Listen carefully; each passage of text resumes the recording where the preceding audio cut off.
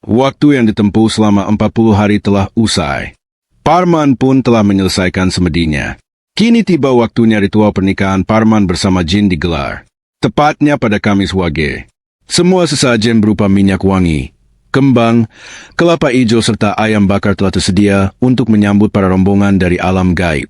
Sesajen seperti itulah yang nantinya harus selalu Parman sediakan setiap malam Jumat Kliwon untuk menyambut kedatangan istri keduanya dari alam gaib. Jika nanti Parman tidak menyediakan sesaji itu, maka istri gaibnya akan marah besar. Karena biarpun dia berasal dari alam gaib, tapi dia mempunyai perasaan yang sama selayaknya manusia biasa. Kuncen yang akan menjadi saksi di pernikahan Parman pun kini telah hadir di gua tersebut. Karena pernikahan gaib ini sama persis dengan pernikahan manusia pada umumnya.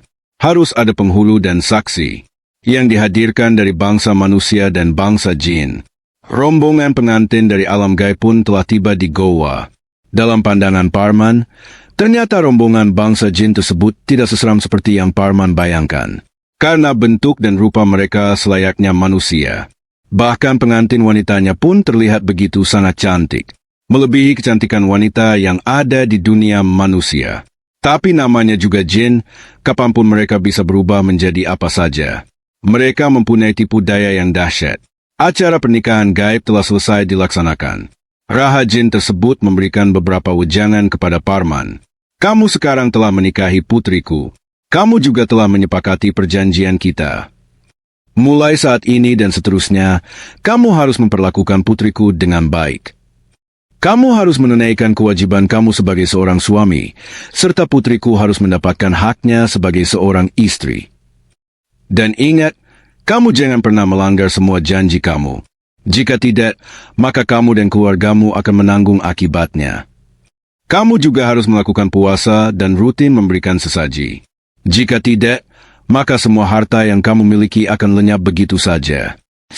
Parman gemetar setelah mendengar semua perkataan jin tersebut. Tapi semua sudah terlanjur, Parman sudah bisa mundur lagi. Mulai saat ini dan seterusnya, Parman harus menjalani kehidupan di dua alam. Yang ada di pikiran Parman saat ini hanyalah harta. Meski dia harus hidup di alam manusia dan alam gaib, yang penting kehidupan ekonomi Parman dan keluarganya berubah menjadi lebih baik. Parman telah dibutakan oleh harta dunia. Padahal andai Parman mau bersyukur, seharusnya dia tidak perlu melakukan hal seperti itu. Setelah melangsungkan pernikahan gaib itu, kehidupan Parman mulai berubah.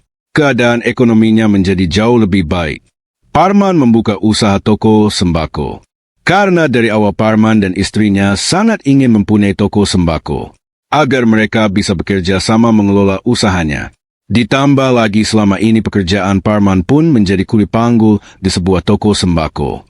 Jadi dia sudah paham sedikit ilmu berdagang. Pak, toko kita semakin hari semakin ramai ya. Sepertinya kita butuh karyawan buat bantu-bantu di toko. Kita udah keteteran kalau cuma berdua, ujar Sinta istrinya Parman. Aku juga mikirnya kayak gitu, Bu. Gaib juga kalau pembeli pas lagi ramai tuh. Belum lagi kalau barang dari grosir tiba, semakin keteteran kita. Ya udah nanti kita coba cari pegawai ya. 3 orang aja dulu, nanti kalau masih keteter baru kita tambah orang lagi. Aku mau coba dulu tanya sama anak Bang Parmin, dia udah dapat kerjaan apa belum? Dulu kan Yono anak Bang Parmin itu masih nganggur. Dia minta ikut kerja di pasar sama aku. Cuma karena gak ada lowongan, makanya aku gak bisa masukin dia. Kali aja saudara yang lain atau tetangga di kampung Bang Parmin ada lagi yang masih nganggur, selain Yono. Parman berencana akan mendatangi kampung tempat tinggal Parmin. Dia adalah kakak laki-laki Parman. Ya udah Pak, semoga Yono mau ya diajak kerja sama kita. Daripada dia nganggur dan jadi beban bapaknya. Mending kerja sama kita, lumayan buat kebutuhan dia. Namanya anak bujang, pasti banyak keinginan yang harus dipenuhi. Sebelum kita menawarkan ke yang lain, memang lebih baik kita ajak keluarga atau saudara kita terlebih dahulu. Hitung-hitung kita bantu mereka, karena mencari kerjaan di zaman sekarang itu nggak mudah, Pak. Tujuan Parman dan Sinta memang baik. Niatnya untuk membantu saudaranya, dengan memberikan pekerjaan. Apalagi toko yang mereka kelola semakin hari semakin ramai pembeli. Salah satunya mungkin itu efek dari pesugihan yang mereka jalani. Sejauh ini mereka terlihat baik-baik saja.